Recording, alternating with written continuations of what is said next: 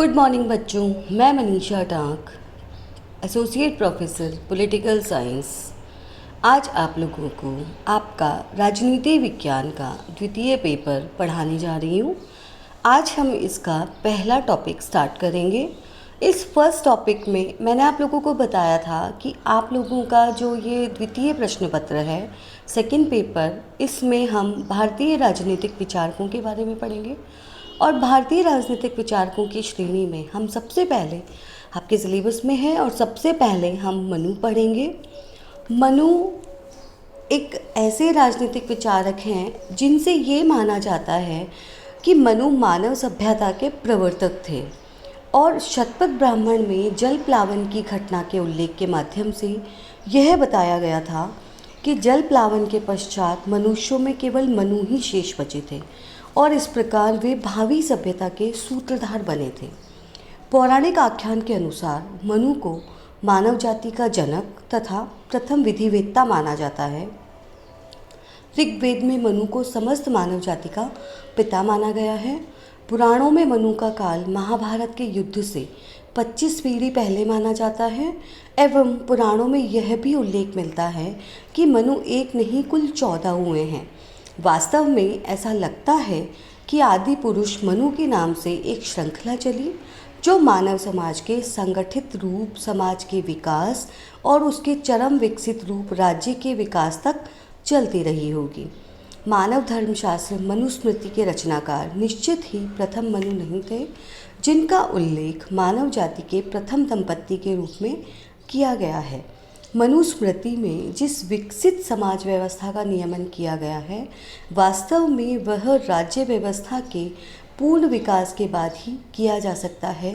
इसलिए निश्चित रूप से यह कहा जा सकता है कि मनुस्मृति की रचना मनुओं की एक लंबी श्रृंखला ने की।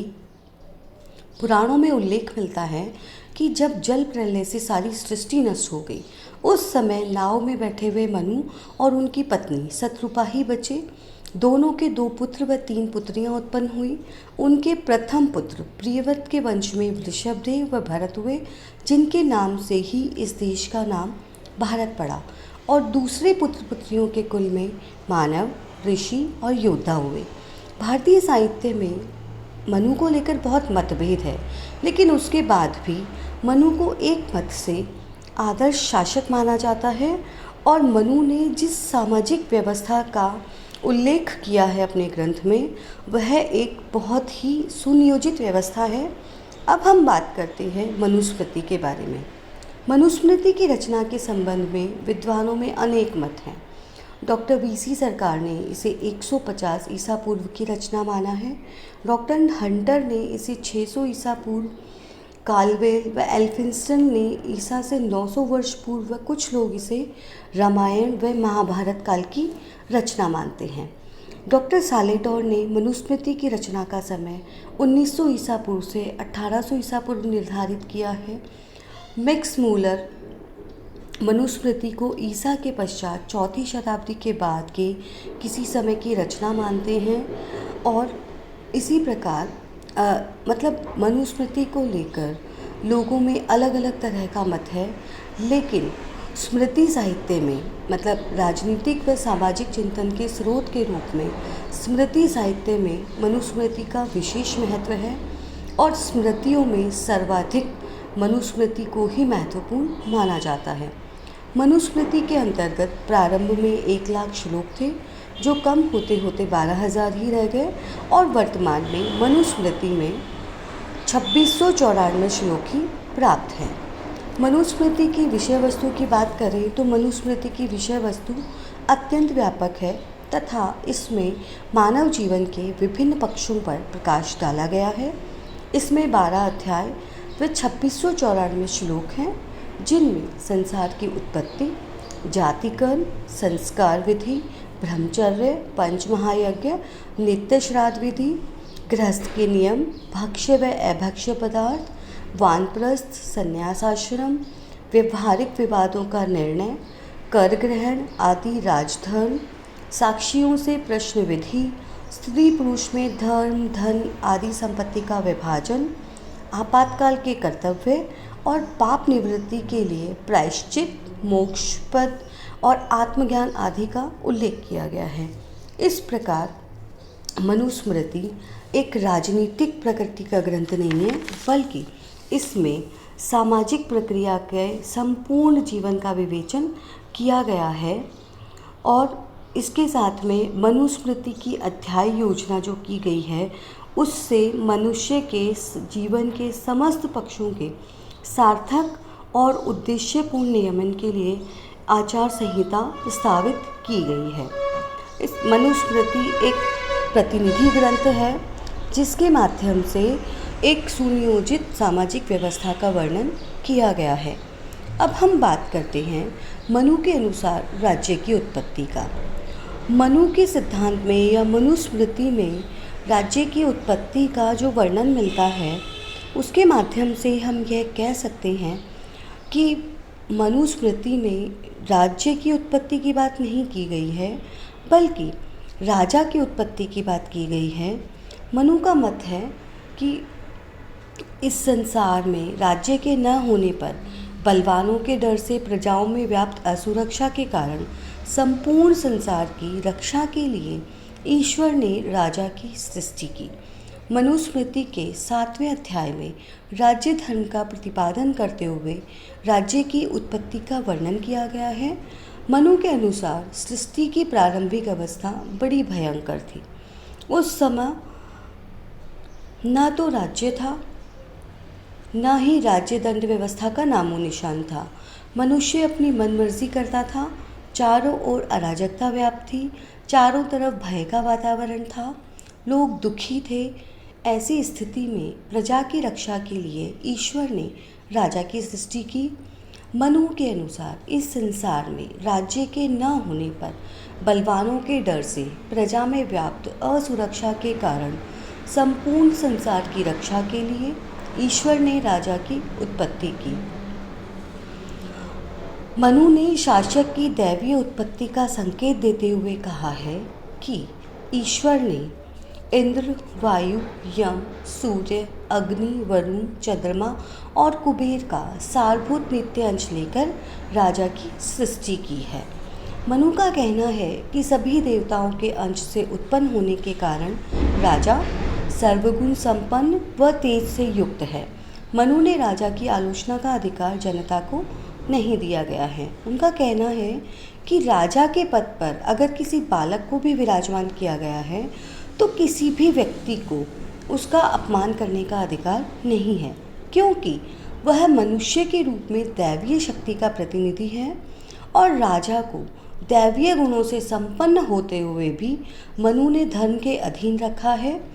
राजा का धर्म है प्रजा की रक्षा करना और प्रजा का हित करना। राजा कभी भी निरंकुश नहीं हो सकता। यदि राजा कोई अपराध करता है तो उसे साधारण नागरिक की अपेक्षा 100 गुना दंड देने की व्यवस्था की गई है। इसके अतिरिक्त राजा का प्रशिक्षण व उसकी दिनचर्या भी राजा को स्वेच्छाचारी और निरंकुश बनने से रोकते हैं। कहने का तात्पर्य ये है कि मनु का जो राजा है वो मनु का राजा कभी भी निरंकुश नहीं हो सकता, क्योंकि उस पर धर्म का नियंत्रण है और वह धर्मानुसार कार्य करने के लिए बाध्य है। मनु ने जो राज्य संस्था की दिव्यता की बात की है वह राज्य सत्ता की दिव्यता होती है, राजा की दिव्यता नहीं होती। राजा को केवल एक अभिकर्ता के रूप में चित्रित किया जाता है जो निर्धारित उद्देश्यों के लिए, मतलब प्रजा के पालन के लिए, प्रजा के कल्याण के लिए दिव्य सत्ता का समय समय पर विशेष उपयोग करता है और राजा को कभी भी अपने धर्म के अनुसार धर्म के विपरीत जाकर के कार्य करने का अधिकार नहीं है। मनुस्मृति में राजा की दिव्यता के विचार को राजा की शक्ति के रूप में नहीं बल्कि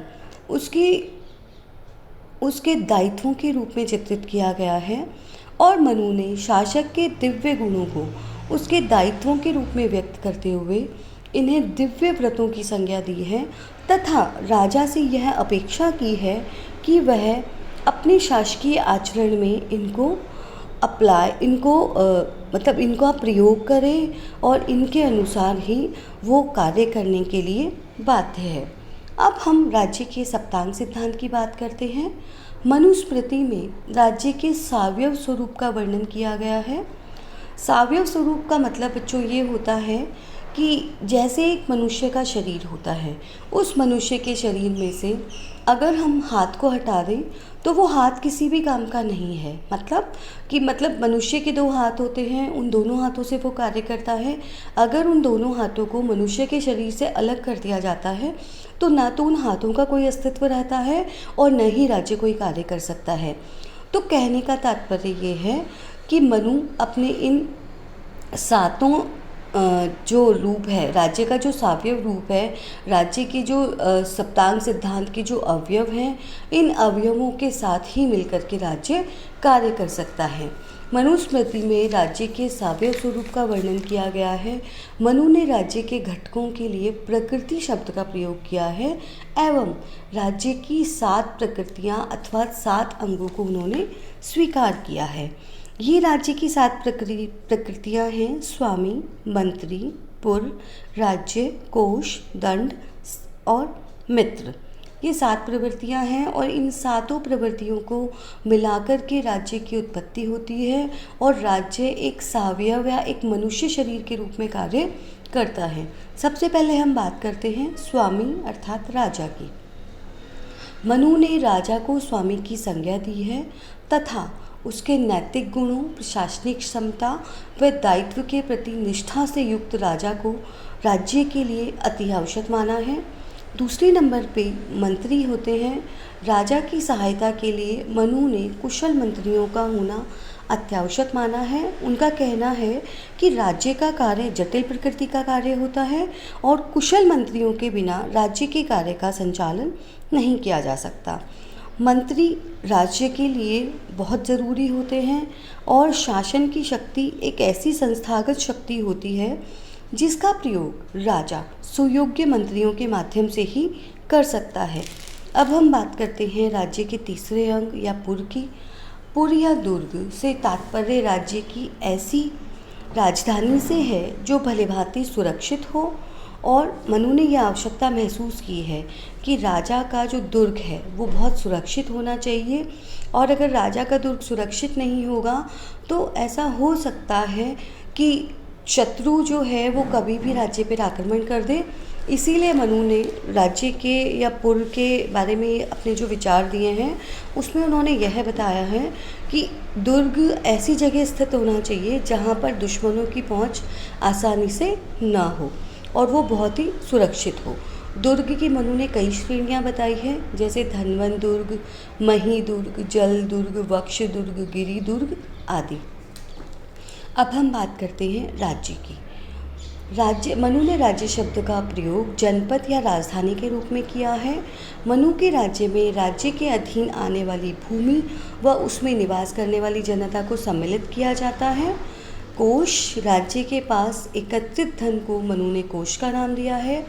राजा के पास समुचित मात्रा में कोष होना आवश्यक माना जाता है। अगर राजा के पास में समुचित कोष नहीं होगा तो ना तो वो अपने प्रजा की रक्षा कर पाएगा और ना ही अपने विभिन्न प्रकार की कल्याणकारी योजनाओं का संचालन कर सकेगा। दंड अर्थात सेना। दंड या सेना को मनु ने राज्य की सुरक्षा के लिए अनिवार्य माना है। मनु ने सेना के अंतर्गत हस्ती सेना, रथ सेना, अश्व सेना, जल सेना, पदाति सेना आदि का उल्लेख किया है। वह सेना को सुदृढ़ बनाए रखने के लिए कहा है कि राजा की जो सेना है वो उचित शस्त्रास्त्रों से युक्त होनी चाहिए ताकि राज्य के ऊपर अगर कभी संकट उपस्थित होता है तो सेना उसका आसानी से मुकाबला कर सके। 7वें स्थान पे मनु ने मित्र को राज्य के आवश्यक अंग के रूप में स्वीकार किया है और वे कहते हैं कि मित्र को राज्य की 7 प्रकृतियों में स्थान देकर राज्य के द्वारा शांति की नीति अपनाई जाने की आवश्यकता को महसूस किया है। उन्होंने कहा है कोई भी राज्य शून्य में नहीं रहता, उसे दूसरे राज्यों से अनिवार्य रूप से संबंध बनाने होते हैं। द्वितीय यह है कि राज्य को अपने उद्देश्यों की पूर्ति के लिए यह प्रयत्न करना चाहिए कि उसके अन्य राज्यों से मैत्रीपूर्ण संबंध रहे। इस प्रकार जो राजा है उस राजा को अन्य जो अपने पड़ोसी हैं उनके साथ में मित्रतापूर्वक संबंध बनाने चाहिए और मित्रतापूर्ण संबंधों के साथ में राज्य को अपने विदेश नीति का संचालन इस प्रकार से करना चाहिए जिससे राज्य का ज़्यादा से ज़्यादा हित साधन हो। इसके साथ में मनु का सप्तांग सिद्धांत वास्तव में मतलब राज्य की संरचना और उसकी गतिविधियों के संचालन के लिए एक तरह से हम ये मान सकते हैं कि उसके माध्यम से हम राज्य की गतिविधियों को समझ सकते हैं। मनु का कहना ये है कि राज्य के जो 7 अंग हैं इन 7 अंगों को इन 7 अंगों में राज्य का स्वामी और शीर्षस्थ स्तर पे राजा को स्वीकार किया जाता है। राजा द्वारा राज्य कार्य हेतु सर्वाधिक महत्वपूर्ण अंग के रूप में मंत्री को स्थान दिया जाना चाहिए। इन दोनों के द्वारा राज्य की प्रशासन व्यवस्था को सुचारू रूप से चलाने के लिए अन्य प्रकृतियों का समुचित उपयोग किया जाना चाहिए और राज्य की प्रकृतियों की तुलनात्मक वरीयता का निर्धारण करते हुए मनु ने कहा है कि ये सभी एक दूसरे के साथ में जुड़े हुए हैं। कहने का तात्पर्य ये है कि ये अगर साथ में मिलकर कार्य नहीं करेंगे तो राज्य के द्वारा ठीक प्रकार से कार्य नहीं किया जा सकेगा। इस क्लास में मैं आप लोगों को इतना ही पढ़ाऊंगी। अगली क्लास में हम मनु के राज्य के कार्यक्षेत्र के बारे में बात करेंगे। धन्यवाद।